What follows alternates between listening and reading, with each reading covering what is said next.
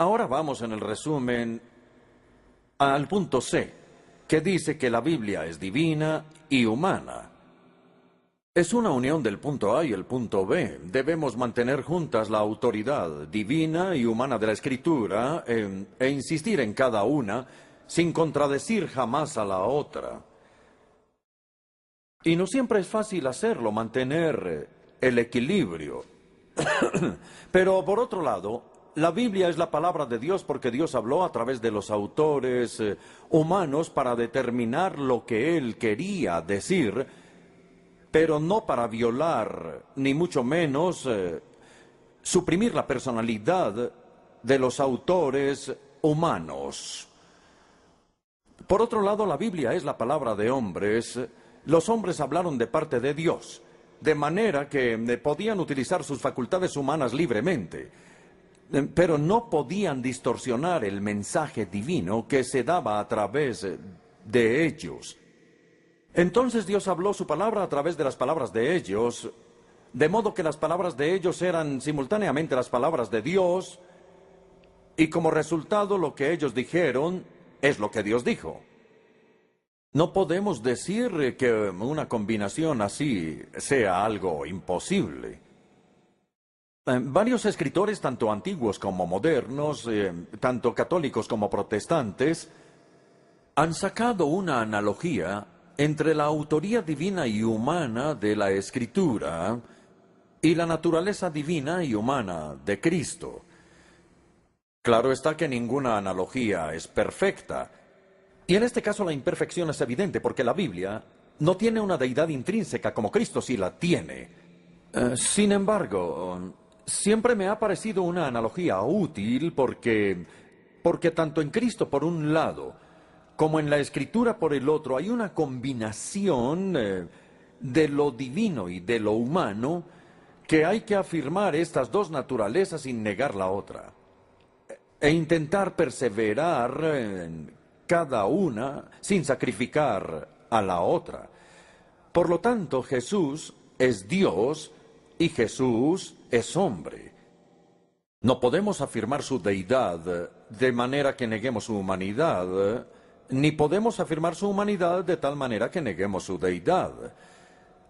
De modo similar, la Biblia es la palabra de Dios, la palabra de los hombres, y no podemos afirmar tanto su origen divino que neguemos la actividad libre que tenían los autores humanos. Pero tampoco podemos afirmar su cooperación activa de forma que neguemos que a través de ellos Dios habló su palabra. Decir que Jesús es el Hijo de Dios y punto final es verdad, pero es una verdad a medias y peligrosa. Incluso se puede convertir en la herejía del docetismo. La herejía del docetismo afirma que Dios fingió ser humano, pero que en la encarnación realmente no se convirtió en humano, sino que solo parecía ser humano. Entonces podríamos ser culpables de la herejía del docetismo a menos que agreguemos que Jesús era el Hijo del Hombre tanto como el Hijo de Dios. Y decir que la Biblia es la palabra de Dios y punto final es verdad, pero es una verdad a medias y peligrosa. Podría convertirse en la herejía del fundamentalismo, a menos que agreguemos que Dios habló a través de las palabras de los hombres.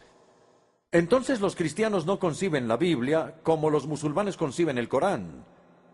Ellos creen que el Corán lo dictó Alá y que lo dictó a través del ángel Gabriel en árabe, y que Mahoma lo único que tuvo que hacer fue copiar el dictado.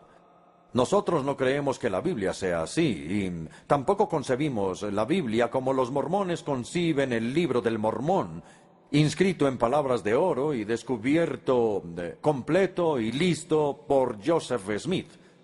Nosotros creemos que la Biblia es tanto la palabra de Dios como la palabra de los hombres. Y por un lado, Dios habló su palabra a través de los hombres, y por otro, los hombres hablaron de parte de Dios. Ambas proposiciones son verdaderas y ninguna contradice a la otra. Pido disculpas porque he repetido esto muchas veces, pero es bueno que quede bien grabado en nuestras mentes.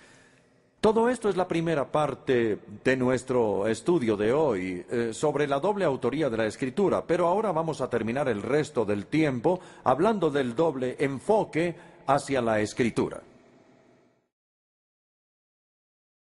La doble autoría exige un doble enfoque, porque debido al tipo de libro que es la Biblia, que tiene autoría divina y humana, debemos acercarnos a la Biblia en dos maneras diferentes, pero complementarias. Como la Biblia es la palabra de Dios, debemos leerla de una forma como no leemos ningún otro libro.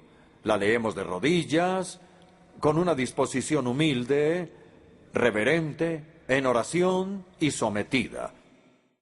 Pero como la Biblia también es la palabra de hombres, debemos leerla como leemos cualquier otro libro, dándole una atención detallada y cuidadosa, con una disposición seria, estudiosa y diligente.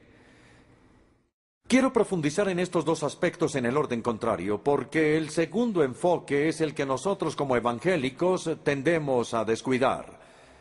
Vamos a mirar como punto A el enfoque del estudio. Todavía conozco ocasionalmente a líderes cristianos, predicadores, que suelen tomar a mal cuando se los exhorta a estudiar. Ellos piensan que es incompatible con la unción del Espíritu Santo. Ellos se imaginan que si en realidad confían en el Espíritu Santo, estudiar va a ser algo superfluo. Algunos incluso citan a Jesús en su palabra cuando dice: no se afanen por lo que van a decir o a hablar, porque en esta hora se les dará lo que han de decir. El Espíritu Santo les dirá, etc. Pero el contexto de esta preciosa promesa de Jesús es el tribunal y no la iglesia. Es una promesa hecha al prisionero en el tribunal y no al predicador en el púlpito. Entonces consideremos algunos personajes que nos exhortan a estudiar, a tomar nuestros estudios más seriamente. Primero, Calvino. Nadie será nunca un buen ministro de la palabra de Dios a menos que primero sea un erudito, es decir, un estudiante. El gran Spurgeon, predicador bautista de finales del siglo XIX, aquel que ya no siembra, dice él, en el estudio, no cosechará en el púlpito. El obispo Phillips Brooks, líder americano, también más o menos en la misma época, a finales del siglo XIX, dice: aprendan a estudiar por el bien de la verdad. Entonces sus sermones serán como salir por una fuente y no como bombear una bomba.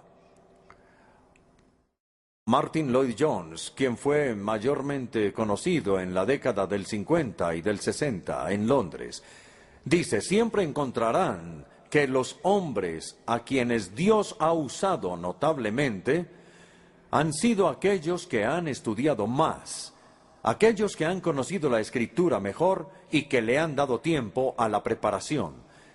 El último ejemplo es Billy Graham, en Londres en 1979, cuando se dirigía a una gran multitud de ministros en Central Hall, Westminster. Si volviera a vivir mi ministerio otra vez, dice, haría 2 cambios. En ese momento el ambiente estaba eléctrico. El evangelista más conocido del mundo necesitaba hacer cambios en su ministerio. Sí, dijo, he predicado demasiado y he estudiado muy poco, y si pudiera hacer cambios, estudiaría 3 veces más de lo que he hecho. Y en segundo lugar, le daría más tiempo a la oración. Si lo pensamos bien, estas eran las 2 prioridades de los apóstoles, como quedó registrado en Hechos 6, que dice que ellos se dedicaban a la oración y al ministerio de la palabra. Entonces ese es el enfoque del estudio. Ahora ve el enfoque de la humildad. Como la Biblia es la palabra de Dios, debemos acercarnos a ella como no nos acercamos a ningún otro libro. Nos arrodillamos ante el libro abierto, no porque adoremos la Biblia. Los evangélicos no son biólogos adoradores de la Biblia, sino porque adoramos al Dios de la Biblia y nos postramos ante Él en total humildad. Necesitamos una combinación de ambos. Creemos que el Espíritu Santo, que es el autor divino de la Escritura, es también a la vez el intérprete divino. También recordamos las palabras de Jesús que dijo que Dios se esconde de los sabios e inteligentes y se revela a los niños a quienes se acerca con humildad. Entonces, nos humillamos ante Él, nos sentamos a sus pies como María en Betania y escuchamos su palabra.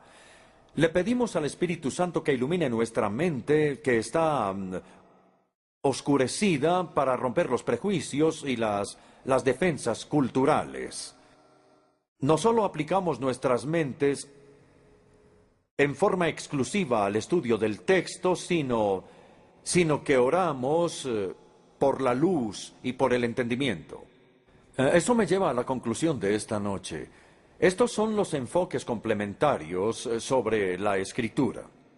Así como, para tener una comprensión verdadera y equilibrada de la naturaleza de la Escritura, debemos combinar sus elementos divino y humano, así también para tener un enfoque verdadero y equilibrado de la Escritura, debemos combinar el estudio y la oración. Pero algunos cristianos son buenos estudiantes, y gracias a Dios. Solo basta con mirar los escritorios de sus estudios. Están llenos de concordancias, comentarios y el resto. Diccionarios y libros de referencia. Son muy buenos estudiantes, pero muchos de ellos no oran mucho. Y hay otras personas que cometen el error contrario. Son grandes personas de oración, como Santiago, el obispo líder de la iglesia de Jerusalén, de quien Hegesipo dijo que oraba tanto que sus rodillas se volvieron tan duras como las de un camello. Bueno, no es que yo esté recomendando esto, no. Pero estas que son grandes personas de oración no siempre estudian tanto como debieran hacerlo. Entonces debemos combinar los dos. Y para cerrar, quiero compartir con ustedes dos textos bíblicos que expresan esto, uno en el Antiguo Testamento y el otro en el Nuevo Testamento.